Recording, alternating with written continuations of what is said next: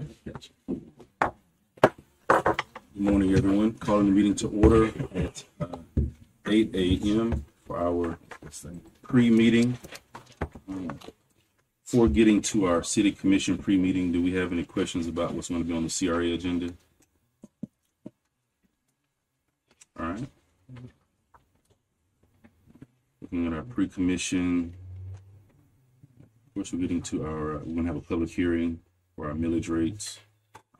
Any questions about those? I think we're all pretty much agreed on that, but did somebody change their mind? No questions. Okay. CRA budget, of course, we'll talk about that in the CRA meeting. Then we'll take care of that. Then also consent agenda. Does anybody have any questions about the consent agenda? The last item there, I don't remember what it was. Oh, the gross technology. What's that for?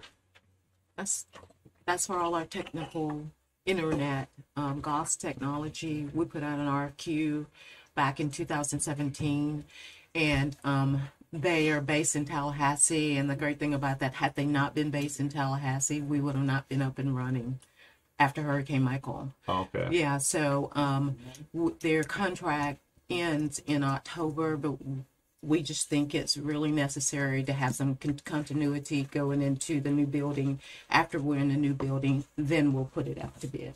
Okay. All right. Any other questions on the consent agenda? Nope. Just for curiosity, the RVs are there. They're getting stuff, I'm guessing, currently being worked on, or are they planning on getting it worked on? Do we know? They are actually working. They're actually doing stuff now? Okay. Yes. Good deal. All right. Looking to number 14, public hearing.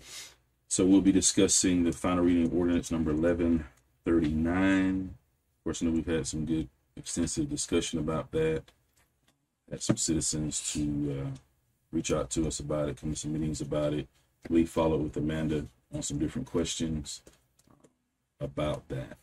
So any additional changes, recommendations to Amanda on this before Tuesday? I don't know if Amanda wants to speak on it or not, but I went to the planning board meeting, and that was one of the things that came up after they went through their whole agenda. They discussed about that, and what I got out of it was I think they realized that that they wish they would have gave us more feedback as far as, because I don't remember who brought it up, but someone brought it up that I wish they'd given us more feedback, and I think they agreed to that. I don't know if we got the same thing out of that. Yeah, I think that, and I mentioned to Vicky that what I'm going to do is before the next planning commission meeting, have like a little training session with them, because we've got some newer ones that it's a lot to grasp. You know, the way that you look at different things depending on the type of item that it is, but ultimately they are an advisory board, and so they do rely on your recommendation. And I think some of them thought that if there was something they just didn't want to vote on, they could just not vote on it without any kind of valid reason. But I think they've grasped that now.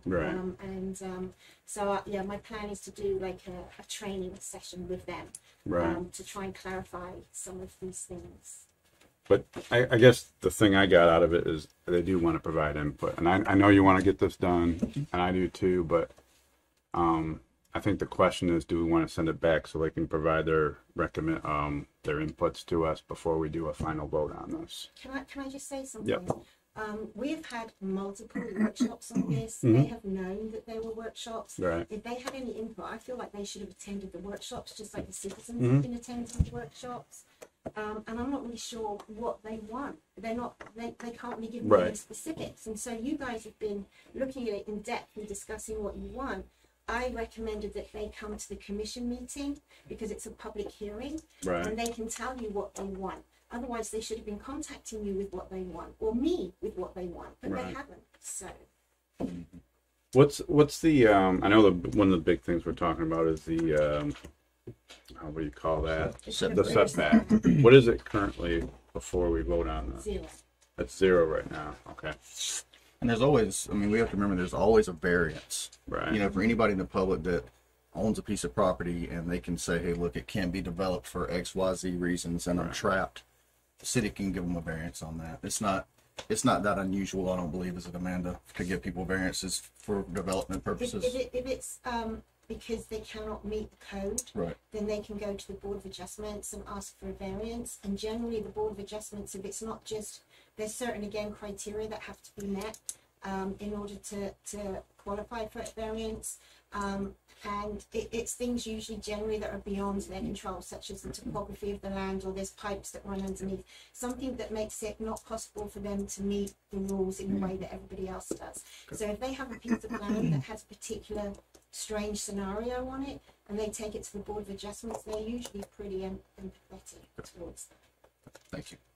And I haven't changed the ordinance in any way, because you didn't instruct me to change the ordinance. Once it was clear, and Kevin, Kevin said there is a variance process, that if someone can't meet this, they can go through that process. Okay.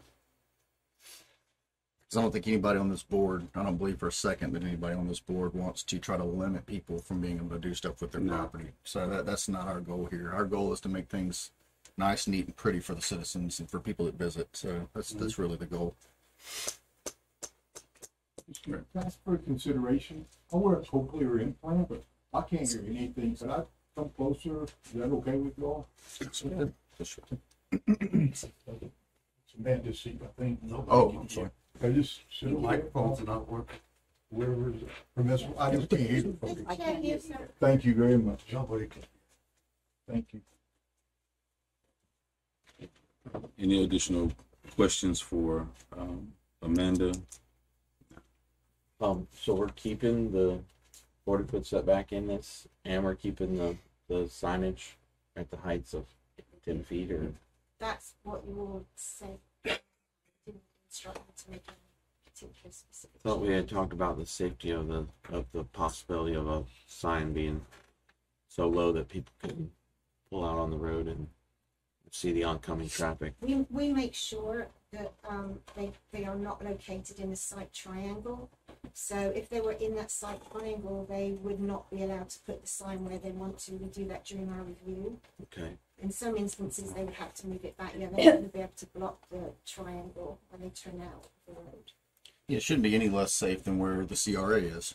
I mean, we don't have crashes going on all over the CRA right now, so I think it'll be the same. But we have lots that can't be developed because of CRA rules. I bet that's what I've been told by some developers. Some of our smaller lots along 77. Ben, can you address that, please? Sure. And can you guys talk loud enough so everyone can hear? Good morning. The problem I'm seeing with some of the vacant commercial lots in the CRA is the fact that these lots are less than an acre in size. So if your property is that small, a commercial development will simply not fit on the property. A restaurant has to have a minimum size in order to generate X amount of dollars of profit. You have to have so many seats, so many tables in that restaurant. And on an acre, you just won't be able to build that size building on it. That's the dilemma. So, and I'm sure the developers there here in the audience will agree to that. You have to have at least an acre and a half in order to build a Sonny's or a Dunkin' Donuts, whatever retail store there is. So what would be ideal would be if, I'm sure Ben would agree, if developers were to assemble land parcels and purchase more than one lot. And then they would be able to, perhaps, it's when people want to put something on that the lot is too small to accommodate. But in the CRA area, they could get by with not doing all the parking because there's on-street parking. And so, they could have the ability for us not to require all the parking that we normally would require, because they can park, there's on-street parking on the streets. Right. Did that address your concern? Yeah, just my concern is that we're looking at aesthetics, but we're also changing development standards. in an area where we we already have, the city already has planning and development standards. So, I mean, we were looking at this thing from an aesthetic standpoint. Now we're putting a lot more into it by just copying the CRA. But if they cannot meet that 40-foot setback from the CRA, I mean, we could always put an exclusion for the CRA area for that 40-foot rear setback, or they could just ask for a variance. But that would cost them a little bit of money. It costs them extra money, but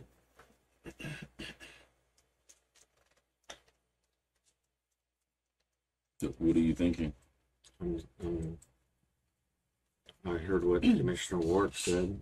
I hear what, we're at the 11th hour, and the pushback I'm getting from the people I talk to is that, that's what there's, it's one of them's a member of the planning board, so I just don't feel like, I feel like I'm voicing the concerns of exactly what Commissioner Aldrich just said, is that, we're not trying to tell, we don't want to tell people can't do something with their land, but yet we're doing that when we do this.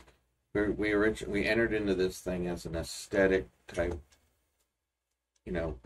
outlook, but we're getting a little further into it.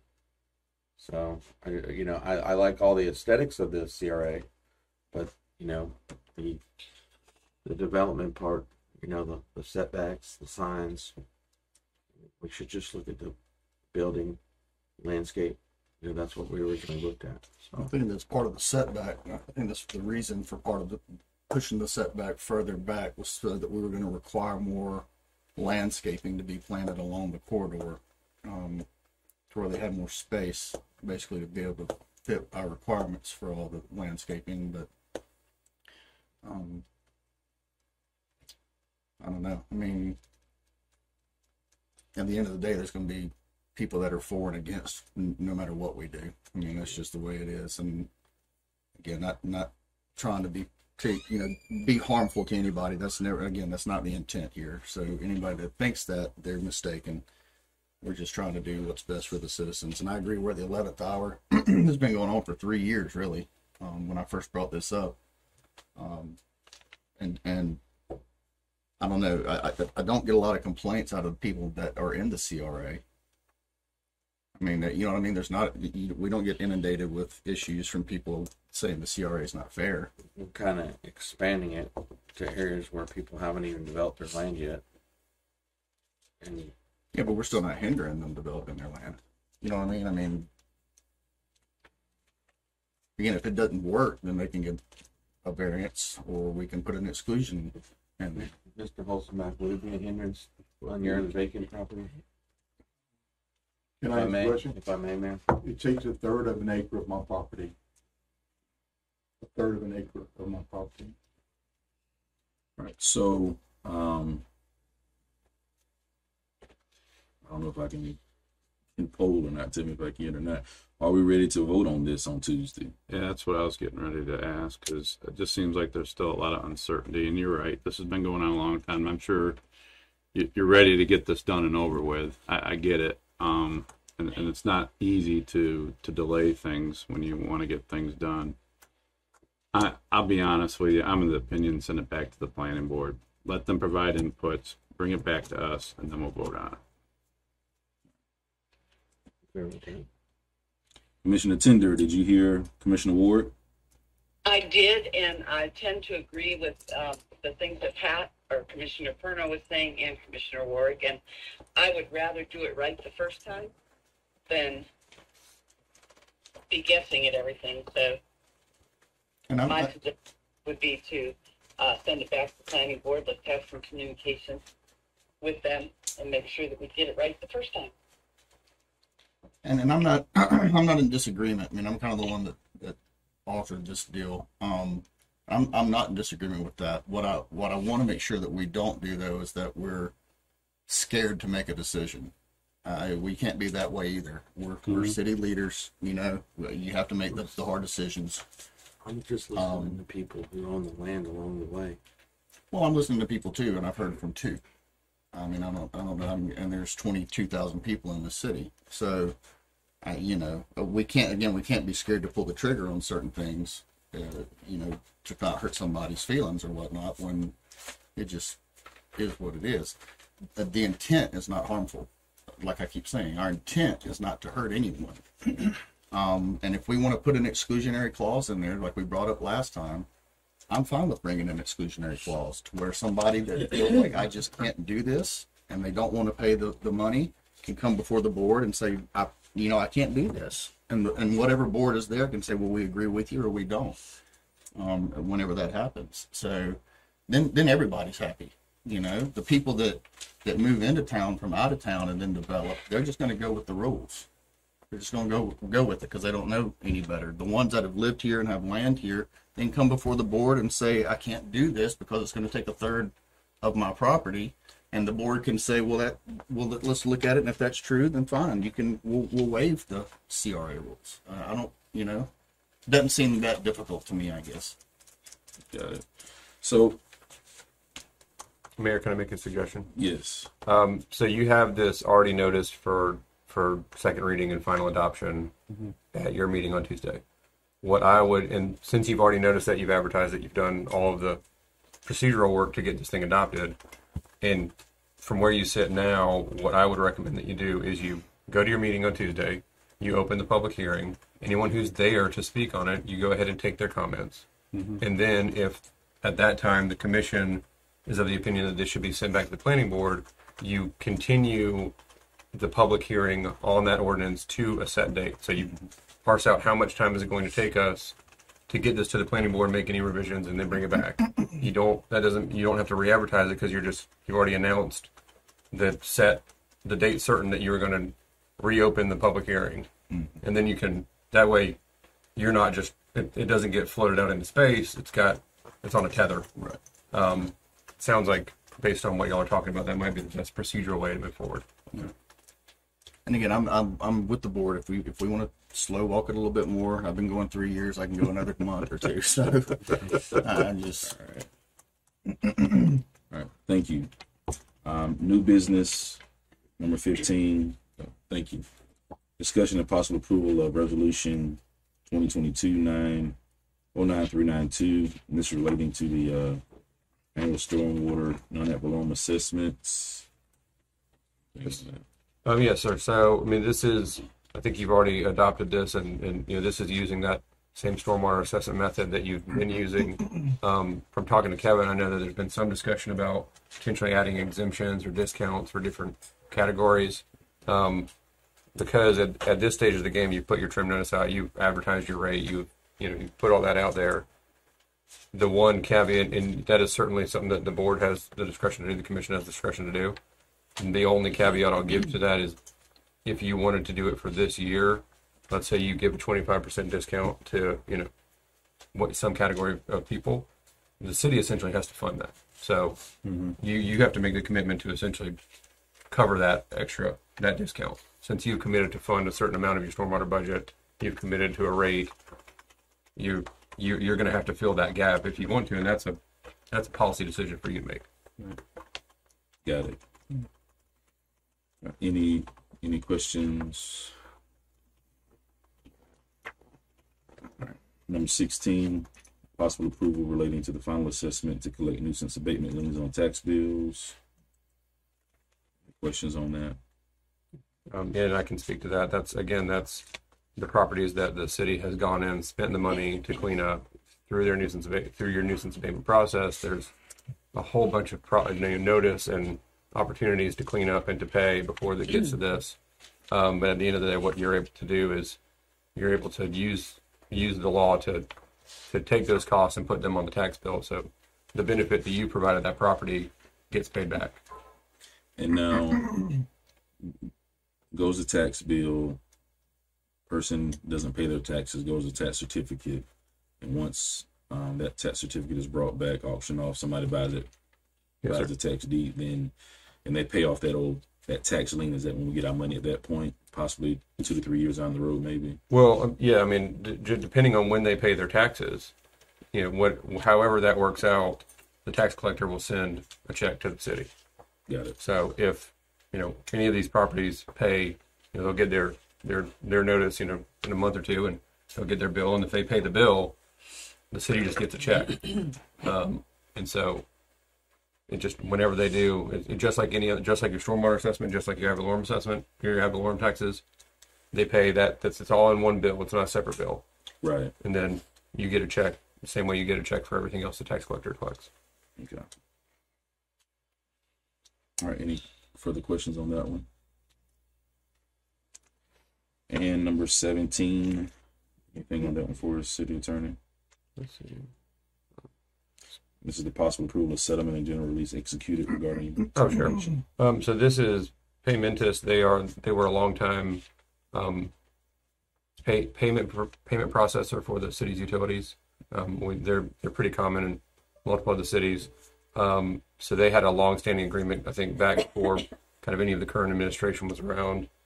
Current administration wanted to move to a different provider and was using both providers at the same time. Went to cancel the contract, didn't realize that there was some language in the old contract that no one had really been paying attention to, and no one really knew about, that made them the exclusive provider. And so they came back and said, wait a minute, you can't kick us out. And they, potentially had the ability to go litigate for a whole bunch of money. My understanding is Kevin and Vicky and everybody negotiated a very small settlement to go ahead and make a clean breakup with Paymentus and move on with the processor you've been using.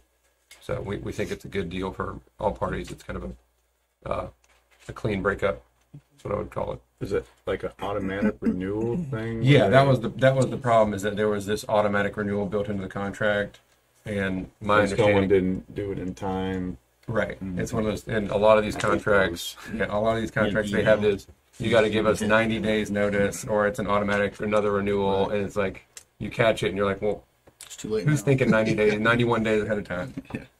And so, I'm familiar with those, and Yeah. and they suck. Yes. they do. Yes. And most of the time, you try to get rid of those. You try to negotiate those away because those it's very hard to make sure you're compliant on the back end.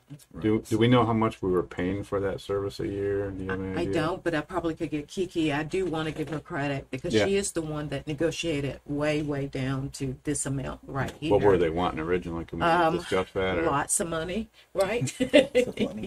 So originally, when we were using them as the exclusive provider for this service, the city didn't pay for their services at all. It was paid for by the residents when they paid their utility bill. It was $2.25 per transaction. So the city wasn't paying any money at all. In 2020, we went to a different payment method that speaks directly to Munis, and it's a much better system for Stephanie and her staff because there's less hands on everything. It's all automated now. The bills come in, it goes straight into the accounting software, we're done. So it's a much better system. That was done in 2020. We sort of phased out Paymentus. I asked Stephanie to contact Paymentus and tell them that we were going to terminate. This is when we found out, we were on this auto renewal thing. Yeah. And their original proposal to us was $60,000. And we've been able to successfully negotiate that down to $30,000. So you don't. I know the residents were okay. You answered my question, I guess, because there's really not a fee. It's per transaction is what they were Correct. charged And their for it. position was they've lost all this activity over these couple of years, and to make them whole, they wanted the $60,000. Appreciate it. Sure. All right, any further questions on that one? Mm-hmm. All right, number 18, this will be the first reading of ordinance number 1140, application for annexation, Preston Ray Homes. Any questions for that one? So something I've been trying to figure out is, and I don't know if it's something we can ask the developer or not, but I'd like to know. I think this is a good thing that developers want to annex into Lynn Haven. But I'd like to know why they want to annex in. And I'm hoping there's something in Lynn Haven that is attracting them, and I'd like to know what that is, so it kind of helps us make better decisions in the future.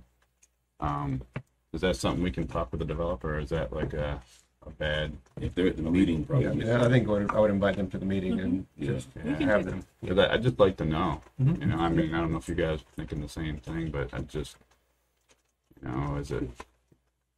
I got some ideas, but I have no idea if they're true or not.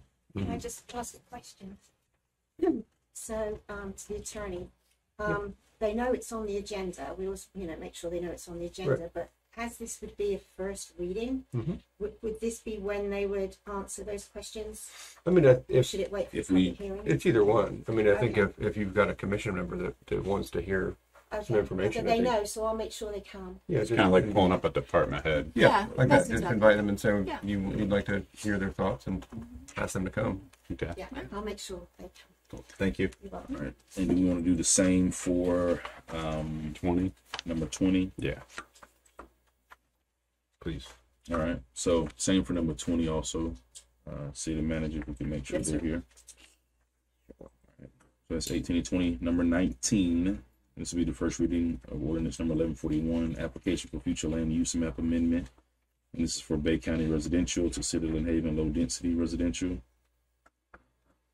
You know, I'm assuming that is corresponding to your annexation. And it's- So that's just assigning a future land use map designation to the newly annexed land. All right. And number 21 will coincide with number 20. And so now we're down to number 22, discussion and possible approval to award bid for Rails to Trails to multi-use path to Roberts Incorporated for the lowest bid in the amount of 4.3 million. Any questions on that one? I know we've asked this question before, but that's all getting covered by grant money, This is except grant there was a modification we did. We had to pay for that out of Yes, pocket. I think you- it was like you're exactly right. $20,000 or so. Yes, and there are some things in the bid that we will choose to pay for a couple of things, like benches, lights, those kind of things that were not in the grant. But this came in budget, which we were very, very happy. Okay. I'm excited about that one. We've been waiting on this Rails to Trails for a long time.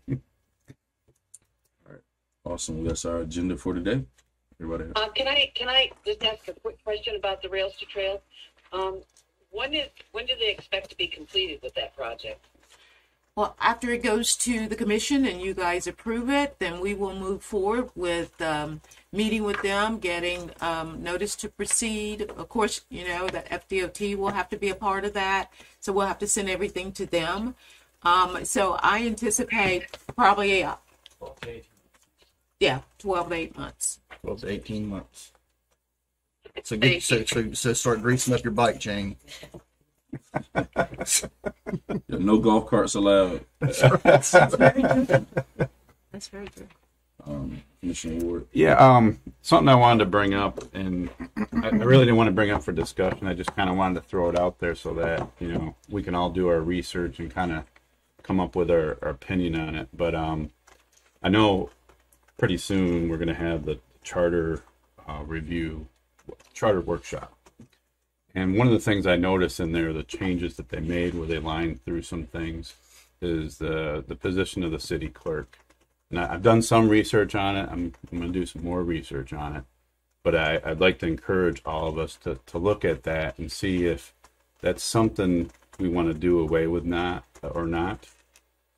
And kind of look at how a lot of the cities, how they're organizing their city with a city clerk.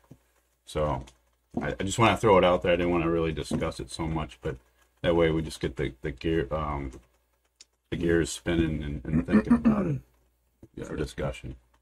It'll be something for us to look at. I don't know if it was more just terminology. For example, like mayor serves as city treasurer. Yeah. Which is why I sign all the, Right. sign a lot of the big checks or whatever. So, but yeah, do your due diligence. And as we're looking at the charter, let's look at other cities, but also look at, what works for Lynn Haven. Right. Absolutely. Because if you have a $300 million budget, then you can have all the positions you want, right? All right, awesome. Anything else for the good of the order? That's all I had. Well, y'all have a Commissioner Tender, anything else for the good of the order? No, thank you. All right, awesome. Everybody have a great week. Don't forget about our events this weekend. Our events on tomorrow, 9-10 at Sheridan Sheffield at 9 a.m.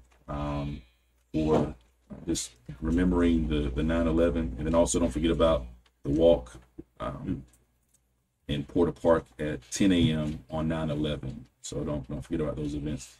I'll actually be out of town for both of those. So I'm getting ready to head to the airport now for my wedding anniversary trip. So I will not be at those. So don't think that I don't love, our first responders. I'll show y'all some love when I come back, but I'm getting ready to head out of town. So, but do want to say thank you all for, the sacrifices that you guys make on a daily, and ladies make on a daily basis.